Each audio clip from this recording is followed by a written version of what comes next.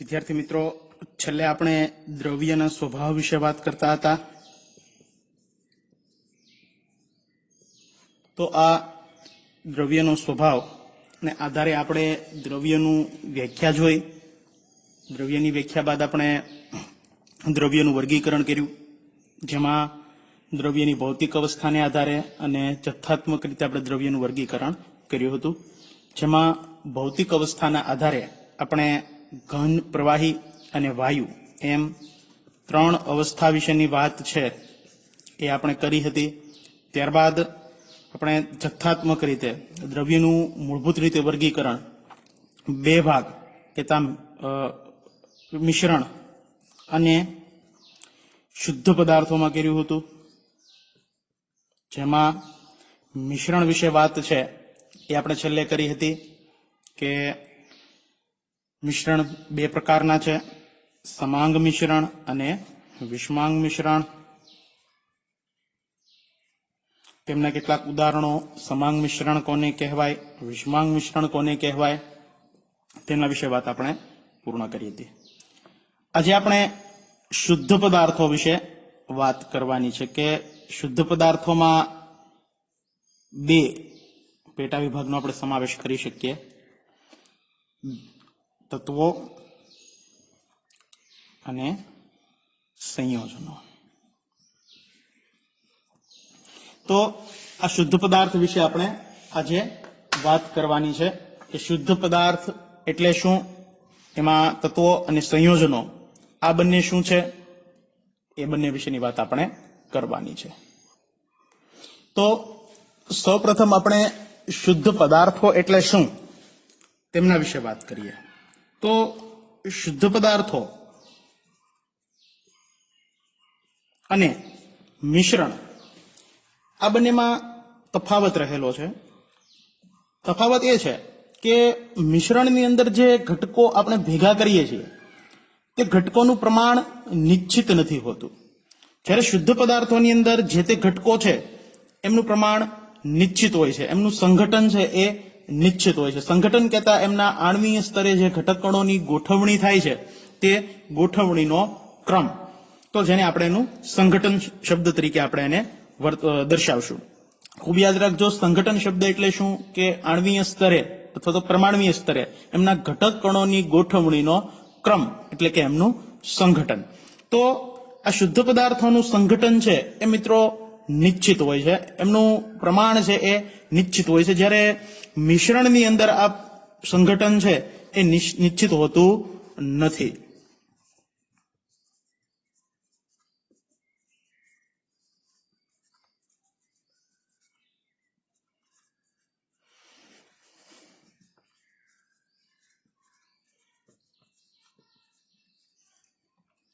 એટલે કે સૌપ્રથમ આપણે મિશ્રણ વિશે વાત કરી કે એનું સંઘટન કઈ રીતે નિશ્ચિત નથી હોતું।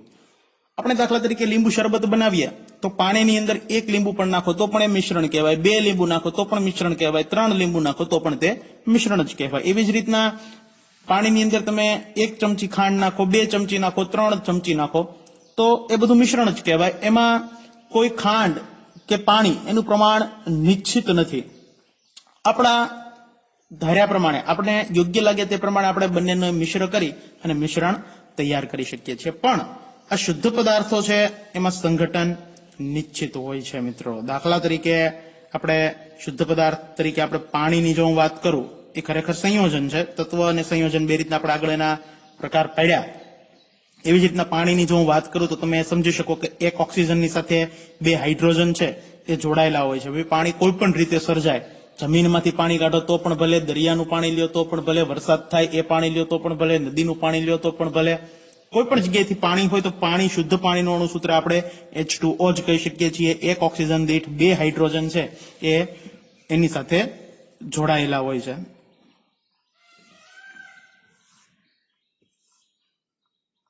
તો આ સંઘટનની વાત થઈ। તો ખૂબ યાદ રાખ્યા જેવી બાબત શુદ્ધ પદાર્થોની તમને સમજાય છે કે શુદ્ધ પદાર્થો અને મિશ્રણ આ બંનેમાં શું ફરક છે।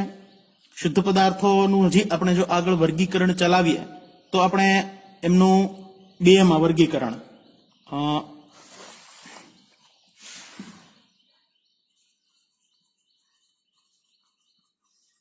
આગળ વાત કરી હતી આપણે કે શુદ્ધ પદાર્થોનું હજી આપણે આગળ વર્ગીકરણ છે એ તત્વો અને સંયોજનોમાં કરી શકીએ છીએ. તો સૌપ્રથમ આપણે તત્વો વિશે વાત કરીએ કે તત્વ કોને કહેવાય. તો તમે ધોરણ આગળના જે કઈ ધોરણો છે 9-10 એમની અંદર થોડાક પરમાણુઓ, અણુઓ આવા શબ્દોથી પરિચિત હશો. પરમાણુઓ વિશે આપ સૌ જાણો છો કે આખી સૃષ્ટિ એ 114 જે તત્વો શોધાયેલા છે, હાલમાં એમની સંખ્યા 118 થઈ, તો તેમનેથી સર્જાયેલી છે. તો એમનો ઘટક કણો સ્વરૂપે કોઈ પણ પદાર્થ હોય, કોઈ પણ સંયોજન તમે લઈ લ્યો અથવા તો કોઈ પણ વસ્તુ જોઈ લ્યો, તેમના ઘટક કણ તરીકે અથવા તો એમના પાયાના પદાર્થ તરીકે, પાયાના ઘટક કણો સ્વરૂપે તત્વો છે એ રહેલા છે. તમે ધારો કે hydrogen, oxygen, nitrogen, helium, neon, sodium, magnesium, લોખંડ, કોપર, સોનું, ચાંદી, આ બધાથી પરિચિત હશો મિત્રો. તો જે મેં નામ બોલ્યો છે એ બધા તત્વો છે. આના વિશેનો વિસ્તૃત માહિતી આપણે આગળ તત્વોનું જે આવર્તીય વર્ગીકરણ એમની અંદર વિસ્તૃત રીતે અભ્યાસ કરશું. પણ તત્વો વિશે એક બાબત ખૂબ નોંધ્યા જેવી કે તેઓ ઘટક કણો સ્વરૂપે, તત્વોના ઘટક કણ રૂપે પરમાણુ અથવા અણુઓ રહેલા હોય છે. પરમાણુઓ જોઈએ તો દાખલા તરીકે સોનું, ચાંદી, સોડિયમ, ઓક્સિજન, દાખલા તરીકે એમની સંજ્ઞાઓ જ લખો. ઓક્સિજન છે, નાઇટ્રોજન છે, હાઇડ્રોજન છે, હિલિયમ છે. તો આવા ઘણા બધા તત્વો છે એ એના વિશે વાત આપણે કરવાની છે આગળ. તો આ બધા તત્વો છે અને એ માત્ર સમાન પ્રકારના પરમાણુઓ થી બનેલા છે.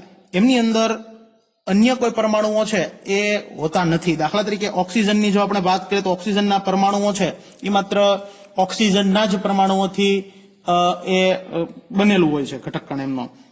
એમની અંદર હાઇડ્રોજન કે હિલિયમ કે લિથિયમ કે કોઈ પણ બીજા તત્વો એ એમાં હોતા નથી. તો એ સમાન પ્રકારના ઘટક કણો છે એમના દ્વારા આ પરમાણુઓ સર્જાયેલા હોય છે. તો ઉપરાંત એક બાબત એ પણ નોંધવા જેવી કે દરેક તત્વો છે એમના ગુણધર્મો એ દરેકના જુદા જુદા હોય છે. દાખલા તરીકે ઓક્સિજનનો ગુણધર્મ અલગ છે, નાઇટ્રોજનનો અલગ છે, હાઇડ્રોજનનો ગુણધર્મ અલગ હોય, હિલિયમના ગુણધર્મો અલગ છે. તો આ તત્વો એ અલગ અલગ પ્રકારના ગુણધર્મો છે એ ધરાવતા હોય છે. હવે કેટલાક પરમાણુઓ છે એકબીજા સાથે જોડાય અને અણુ સ્વરૂપે પણ આપણને જોવા મળતા હોય છે. દાખલા તરીકે આપણી આસપાસની હવા છે તો એમાં આપણે ઓક્સિજન, તો એમનું અણુસૂત્ર આપણે લખીએ છીએ O2 ઓક્સિજનનું. તો અહીંયા ઓક્સિજનના બે પરમાણુઓ એકબીજા સાથે જોડાય અને અણુ બનાવે છે જે સમાન પ્રકારના પરમાણુઓથી બનેલું છે. ઉપરાંત નાઇટ્રોજન N2, હાઇડ્રોજન તો આપણે એનું અણુસૂત્ર લખીએ છીએ H2, બરાબર. તો આવી રીતે આ સમાન પ્રકારના પરમાણુઓ જોડાય અને અણુઓ છે એ તૈયાર થતા હોય છે. તો આ વાત થઈ તત્વો વિશેની, એમના વિશેની વિસ્તૃત વાત. હજી આપણે આગળના જે ચેપ્ટરો છે એમની અંદર વિસ્તૃત રીતે કરવાની થશે. ત્યારબાદ આવીએ આપણે સંયોજન પર. સંયોજન કોને કહેવાય? તો જુદા જુદા પ્રકારના પરમાણુઓ એકબીજા સાથે જોડાય અને અણુ તૈયાર કરે તેમને આપણે સંયોજન તરીકે ઓળખીએ છીએ. એમાં પણ મિત્રો સંઘટન છે એ નિશ્ચિત હોય છે. દાખલા તરીકે H2O, પાણી, કાર્બન ડાયોક્સાઇડ, એમોનિયા, ખાંડ, ગ્લુકોઝ. તો આ બધા સંયોજનો છે. જો આમાં બંધારણ વિશે જોશો તો તમને સમજાશે કે 2 હાઇડ્રોજનની સાથે 1 ઓક્સિજન છે, અહીંયા 1 કાર્બનની સાથે 2 ઓક્સિજન છે, 1 નાઇટ્રોજન સાથે 3 હાઇડ્રોજન છે. તો એમોનિયાના દાખલા તરીકે પાણીના આપણે ગમે તેટલો જથ્થો લઈએ પણ એના આણ્વીય સ્તરે જે ગોઠવણી છે અણુઓની, પાણીના ઘટક કણોની, તો તે 1 ઓક્સિજન દીઠ 2 હાઇડ્રોજન છે એ એમની સાથે નિશ્ચિતપણે જોડાયેલા મળશે મિત્રો. પછી પાણી કોઈ પણ પ્રકારનું હોય. એવી જ રીતના કાર્બન ડાયોક્સાઇડના અણુઓ જથ્થો છે એ કોઈ પણ રીતે સર્જાયો હોય, આપણી આસપાસની હવામાંથી મેળવ્યો હોય તો પણ ભલે, કોઈ અન્ય પદાર્થના દહનથી જો કાર્બન ડાયોક્સાઇડ સર્જાણો હોય તો પણ ભલે, અને શ્વસન દ્વારા બહાર નીકળતો કાર્બન ડાયોક્સાઇડ હોય તો પણ ભલે. તો કાર્બન ડાયોક્સાઇડનું અણુસૂત્ર આપણે સૌ જાણીએ છીએ કે CO2 છે. એક કાર્બનના અણુ સાથે 2 ઓક્સિજન છે એ જોડાયેલા હોય છે. પછી તે કોઈ પણ પ્રકારનો કાર્બન ડાયોક્સાઇડ હોય. તો આમાં ઘટક કણોની ગોઠવણી છે એટલે કે સંઘટન છે એ મિત્રો નિશ્ચિત જોવા મળે છે. તો આ સંયોજનો વિશેની વાત થઈ મિત્રો. હવે ખાસ એ બાબત કે આ સંયોજનોની અંદર અથવા તો તત્વોની અંદર જે ઘટક કણો છે એમને જુદા પાડવા હોય તો કોઈ ભૌતિક પદ્ધતિ છે એ આમાં કામ આપતી નથી. એમને રાસાયણિક પદ્ધતિઓથી એમના ઘટક કણો છે એમને આપણે જુદા પાડી શકાતા હોય છે. તો આ એમના વિશેની વાત થઈ. ઉપરાંત એક બાબત નોંધ્યા જેવી કે તત્વોના જોડાણથી જે સંયોજનો બને છે એમના ગુણધર્મો મૂળ તત્વો કરતા જુદા હોય છે. દાખલા તરીકે આપણે વાત કરીએ કે હાઇડ્રોજન અને ઓક્સિજન આ બંનેના જોડાણથી જે પાણીના અણુ તૈયાર થાય છે H2O જે બને છે. તો અહીંયા ઓક્સિજન લખું કેમ કે આજે તમને આ 1O2 શું છે એ સમજાશે નહીં. સરળતા ખાતર આપણે ખાલી માત્ર ઓક્સિજનનો પરમાણુ લઈએ છીએ. ખરેખર અહીંયા O2 નો અણુ આવે પણ એ આગળના ધોરણોમાં વાત કરશું શા માટે ત્યાં O2 આવશે. અત્યારે હાલ પૂરતી આ અહીંયા સમજીએ. તો અહીંયા 2 હાઇડ્રોજન 1 ઓક્સિજન જોડાવાથી પાણી જે તૈયાર થયું. તો હાઇડ્રોજન વાયુનો જો તમને સ્વભાવ જણાવું તો તે દહનશીલ સ્વભાવ ધરાવે છે. એટલે કે હાઇડ્રોજન વાયુને જો હવામાં ખુલ્લો મૂકવામાં આવે તો તે ધડાકા સાથે સળગી ઉઠે છે. એટલે કે હાઇડ્રોજન વાયુ દહનશીલ વાયુ છે. તાત્કાલિક ધડાકા સાથે સળગી ઉઠે.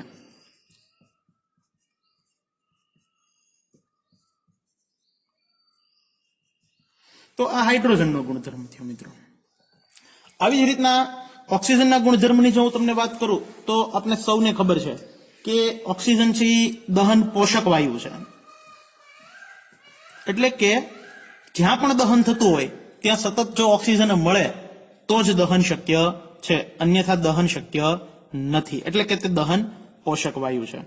ઉદાહરણ તરીકે તમે જો આગળના ધોરણોમાં પણ એવા પ્રયોગ કર્યા હશે કે તમે એક મીણબત્તી છે એને ઊભી મૂકો સળગાવીને અને એના પર જો ગ્લાસ ઢાંકી દો તો મીણબત્તી ઓલવાઈ જાય છે. આમનું કારણ શું? તો કે એના પર ગ્લાસ ઢાંકવાથી આસપાસથી જે મીણબત્તી સળગે છે અને સળગવા માટે જે ઓક્સિજન પૂરો પડવો જોઈએ તે પડતો નથી અને પરિણામે મીણબત્તી ઓલવાઈ જાય છે. તો આ પ્રયોગથી તમે સૌ પરિચિત છો. એટલે કે આ પ્રયોગ પરથી પણ આપણે ઉદાહરણ કાઢી શકીએ કે ઓક્સિજન છે દહન પોષક વાયુ છે, જ્યારે હાઇડ્રોજન છે એ ધડાકા સાથે સળગી ઉઠે છે હવામાં ખુલ્લો મૂકતા. પણ આ બંનેના જોડાવાથી હાઇડ્રોજન અને ઓક્સિજનના જોડાવાથી જે પાણી બન્યું મિત્રો, આપણે સૌ જાણીએ છીએ પાણી છે એ આગ ઓલવવામાં વપરાય છે. તો આ પાણી છે એમનો ગુણધર્મ એ ઓક્સિજન અને હાઇડ્રોજનથી તદ્દન જુદો ગુણધર્મ ધરાવે છે. તો આગ ઓલવવા માટે આપણે વાપરીએ છીએ આમને.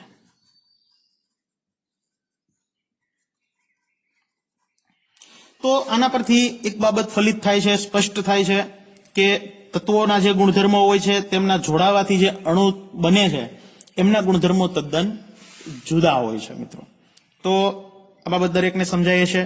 તો અહીંયા આપણને શુદ્ધ પદાર્થો અને તત્વો અને સંયોજન આ ત્રણેય વિશેનો ખ્યાલ સ્પષ્ટ બન્યો હશે. ધોરણ 9-10 પણ તમે થોડા તત્વો વિશે, સંયોજનો વિશે અભ્યાસ કર્યો હશે.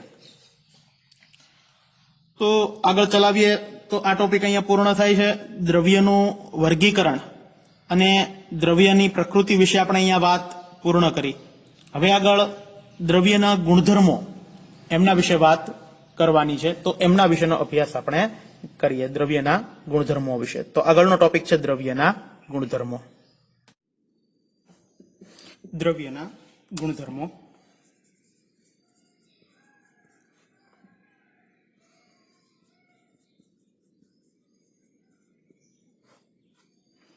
તો દ્રવ્યને 2 પ્રકારના ગુણધર્મો છે એ હોય છે. ભૌતિક ગુણધર્મો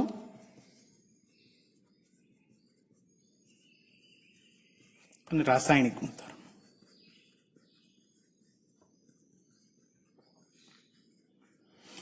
ભૌતિક ગુણધર્મ અને રાસાયણિક ગુણધર્મ સમજતા પહેલા એક તમને સામાન્ય બાબત કહું કે ભૌતિક ગુણધર્મ અને રાસાયણિક ગુણધર્મ આ બંનેને આપણે આપણા શરીર સાથે સાંકળીએ.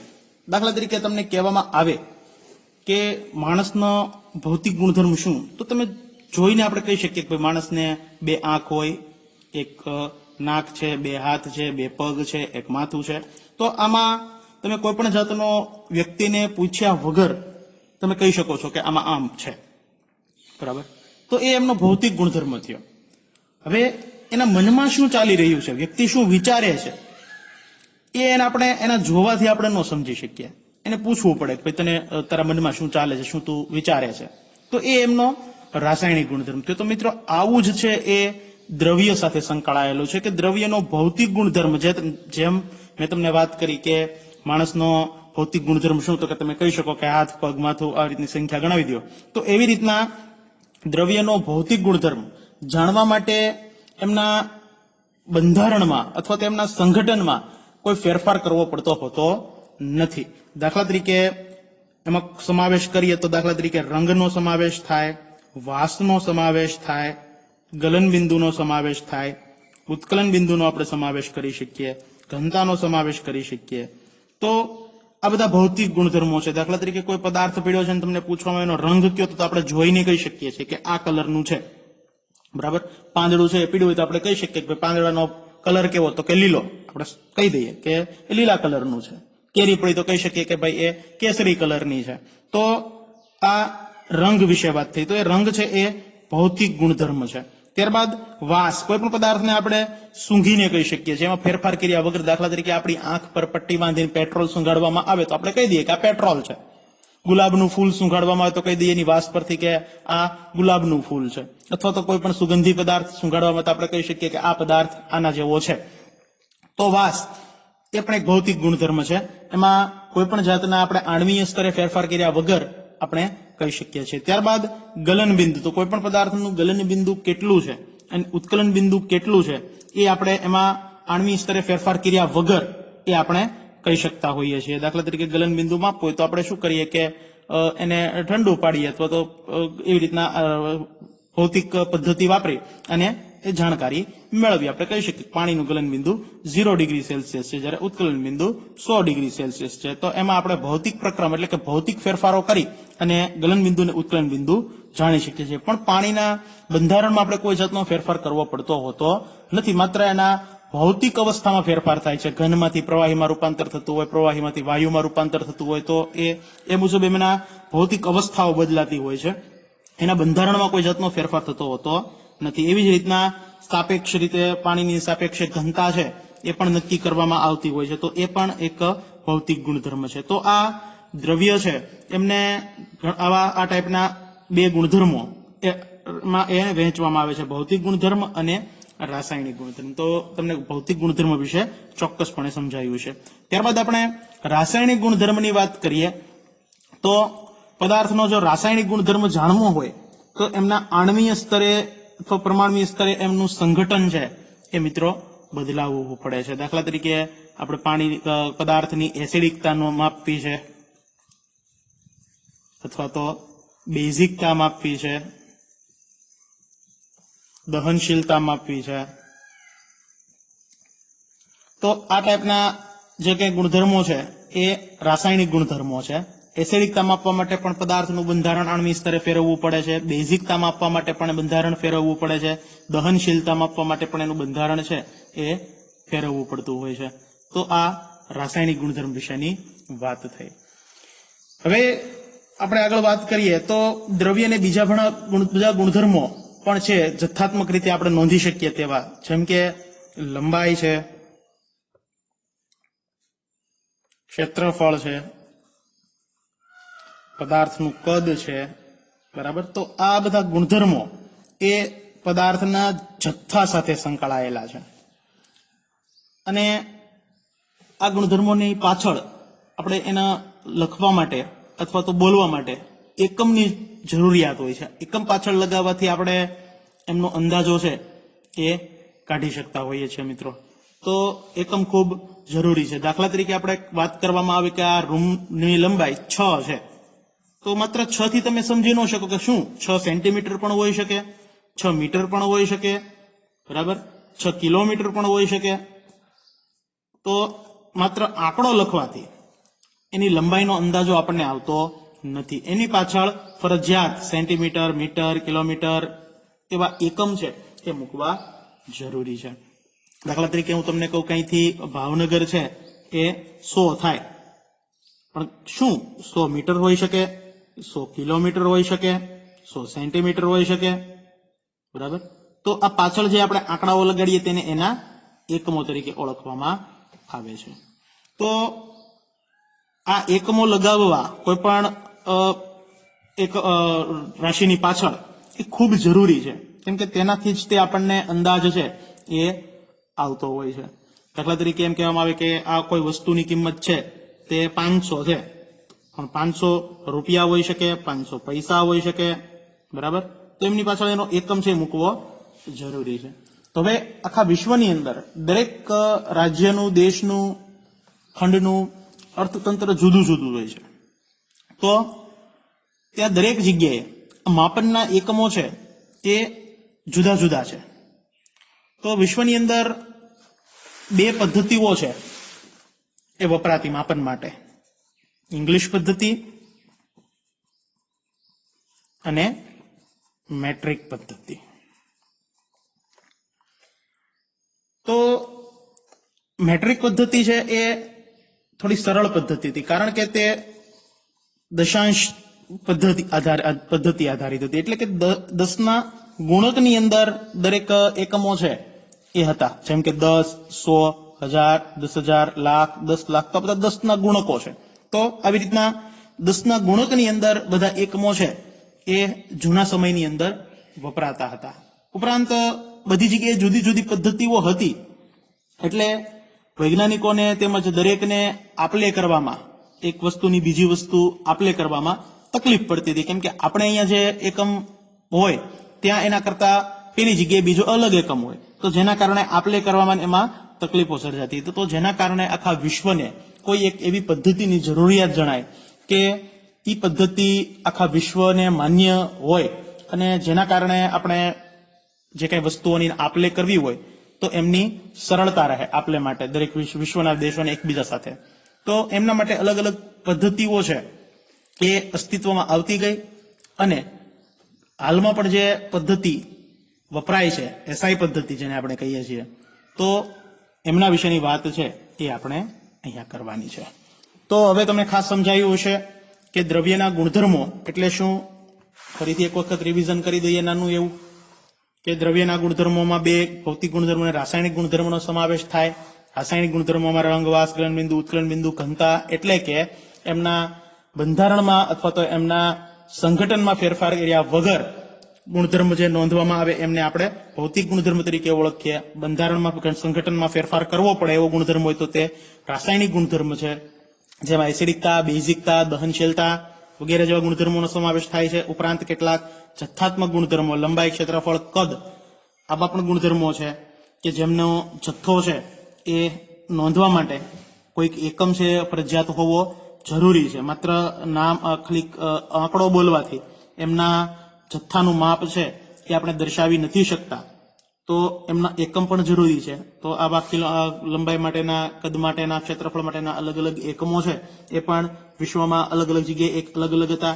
વિશ્વની અંદર 2 પદ્ધતિઓ વપરાતી હતી, ઇંગ્લિશ પદ્ધતિ અને મેટ્રિક પદ્ધતિ. મેટ્રિક પદ્ધતિ ખૂબ સરળ હતી, કારણ કે તે દશાંશના ગુણકની પદ્ધતિ હતી. તો આ પદ્ધતિઓ છે એમનો ટૂંકો ઇતિહાસ, અને આ પદ્ધતિ ક્યારે અમલમાં આવી અને એના અલગ અલગ જે હિસ્ટ્રીઓ છે કે એમના જે ઇતિહાસ છે એમના વિશેની થોડીક વાત, અને જે મૂળભૂત 7 એકમો, પાયાના ભૌતિક રાશિઓ જેને આપણે તરીકે જેને ઓળખીએ છીએ, તો આ પાયાની મૂળભૂત રાશિઓ વિશેનો અભ્યાસ છે એ આપણે હવે પછીથી શરૂ કરીશું.